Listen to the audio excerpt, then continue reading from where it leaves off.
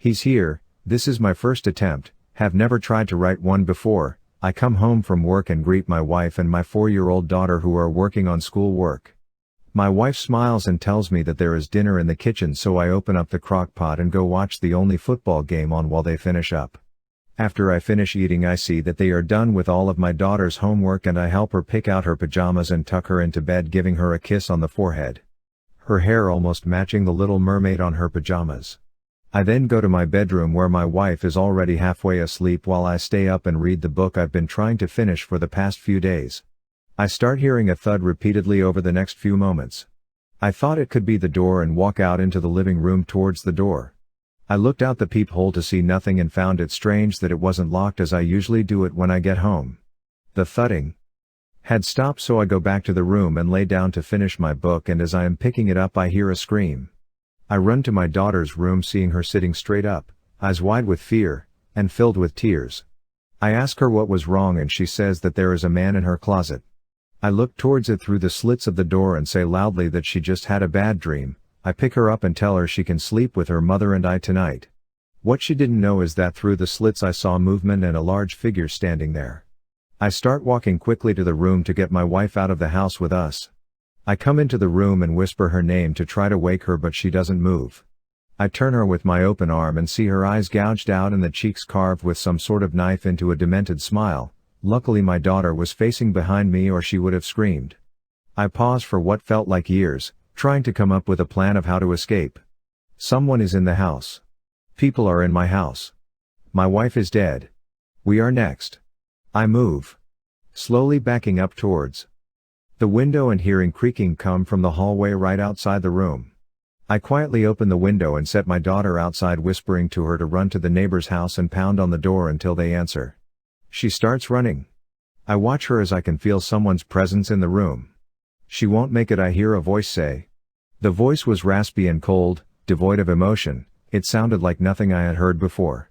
I turn and see a figure standing there, tall and dark, almost touching the ceiling with the top of its head.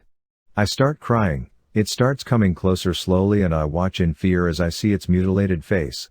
I turn around to get a glimpse of my daughter before I go. I look to see my hope and joy, the only thing I truly care about in this world, lying on the ground a couple feet from the neighbor's door and her decapitated head a couple feet from that. I felt nothing, but at the same time I felt the blade go across the front of my neck and drop to the floor, the last image being this beast's smile as he gazed at his work. My once family.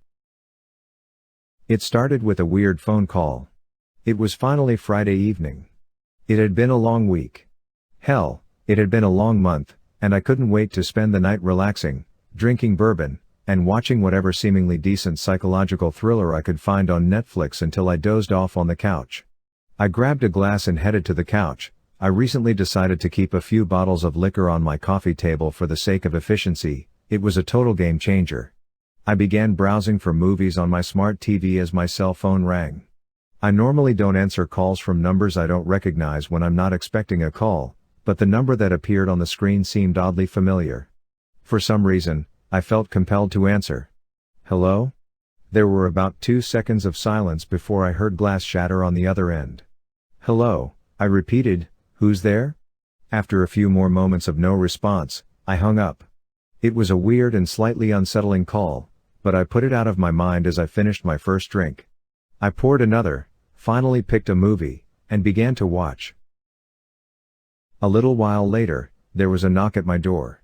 Funnily enough, a mysterious figure had just knocked on the door on the movie. How cliché, I thought. I really didn't want to answer my door. It was around 9 p.m. I wasn't expecting anybody, and it didn't seem like a great idea for the main character in the movie to answer the door either. Whoever it was knocked at my door again. I can't just ignore it though. What if someone needs help? What if it's a friend stopping by? They might have brought beer. I decided to compromise with myself. I was going to sneak into the kitchen and peer through the blinds toward the front porch. This way, I could make an informed decision on whether to answer the door. I stealthily navigated through the dark to the kitchen window and peered through the blinds. Surprise, surprise, nobody was there. I went back to the couch.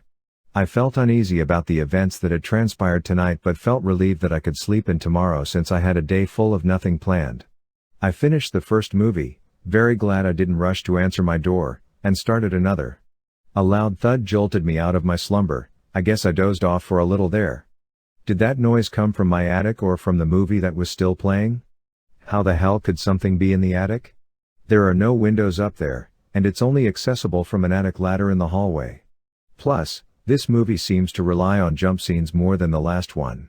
I managed to convince myself that it must have been the movie when I heard it again, a loud thud directly above me.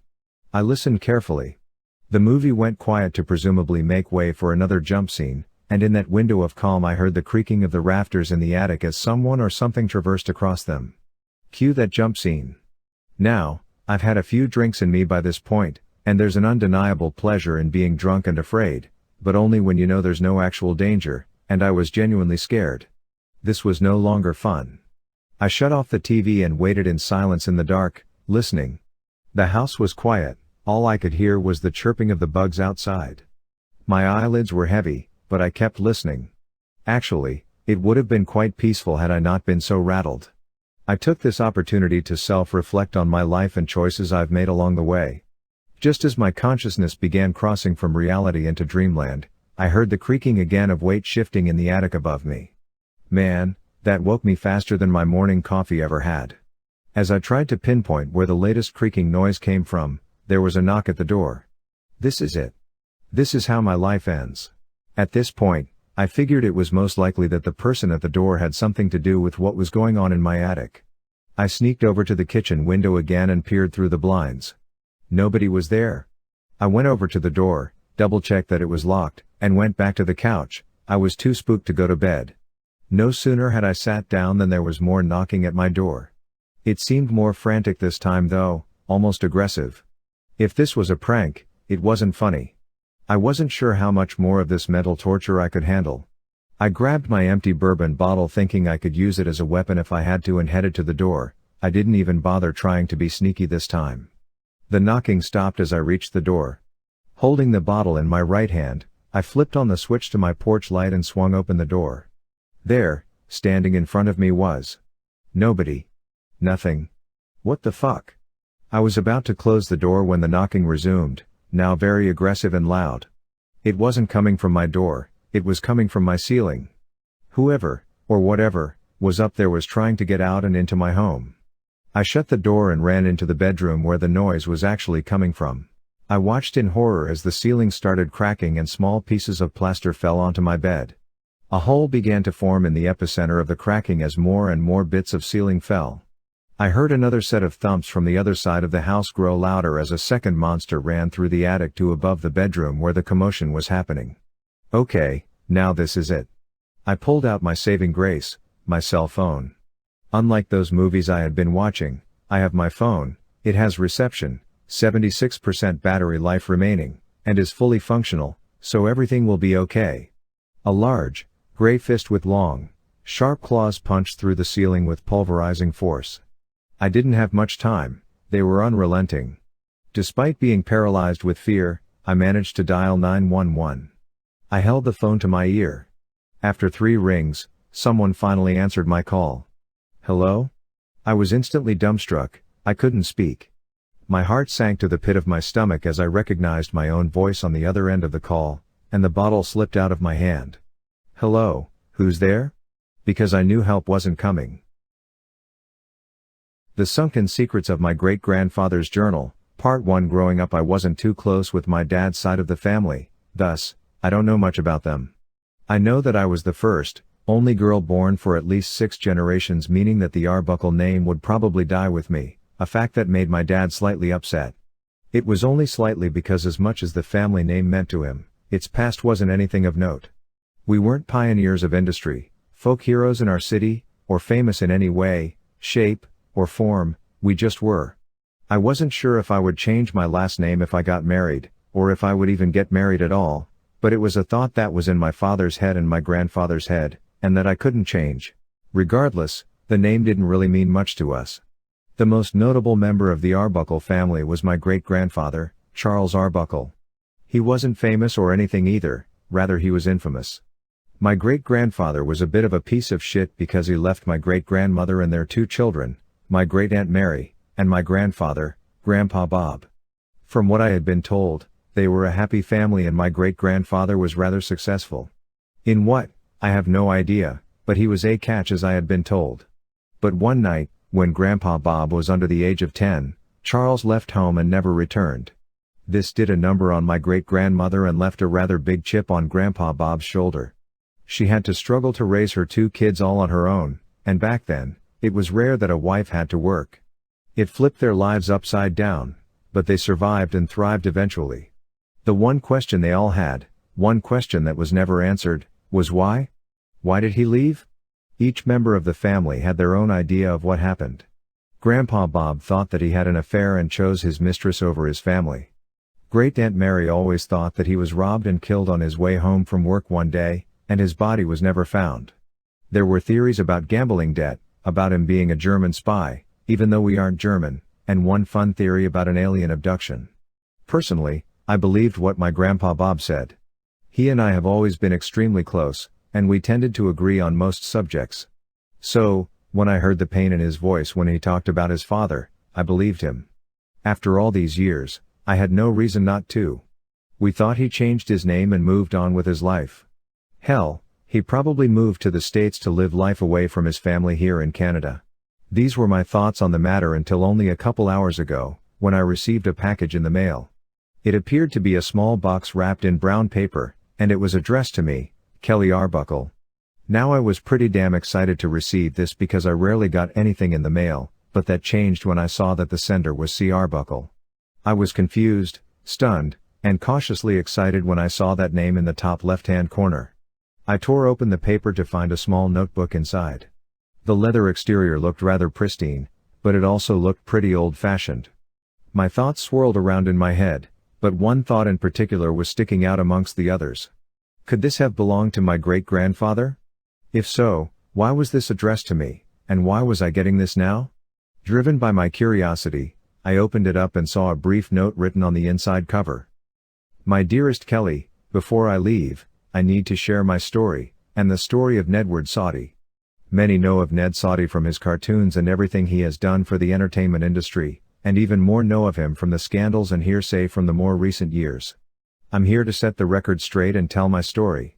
We all know of the highs he, or rather we, experienced, but also, we know of the lows. Most of the public wouldn't know who I was, regardless if it was a picture of me, or if it was my name, but I was there from the beginning, before his empire, before Soddy's sunken side splits. There must have been another Kelly, right? How could this have been addressed to me? I dropped the book after I read that note. This was impossible. I was losing my mind on the implications of all of this. Maybe Charles Arbuckle didn't abandon the family after all, maybe something did happen to him? I picked the book up again as I pondered the possibilities. The one thing that stuck out the most to me was the man he named, Ned Soddy. I recognized that name, along with Soddy's sunken side splits, but I wasn't sure how I knew them. I had watched a lot of cartoons as a kid, and I had a pretty good memory for pop culture, and I know without a doubt that I had never watched anything by that name before. It sounds like my great-grandfather was a silent partner of his. Maybe this Ned guy stole his ideas? Or maybe they fought over the cartoons themselves? So many questions raced through my head, with one big one circling my brain. Should I tell my family? As quickly as it formed, the answer shot through it like a dart popping a balloon. No, I shouldn't. He took his father leaving very hard, I mean, who wouldn't? To give him hope, or even to go against what he has believed for the past 80-ish years could break him. I love him too much to do that. I need to find out more about Charlie Arbuckle, and until I do, I won't mention this to anyone in my family. I need to chronicle this on my own, so I can get everything straight. I'm hoping this clears up the mystery about his disappearance, and I desperately want to know why my name is in here. I will pick away at this journal until it is done. I must find out what happened to my great-grandfather. Part 2 in the next one. Subscribe.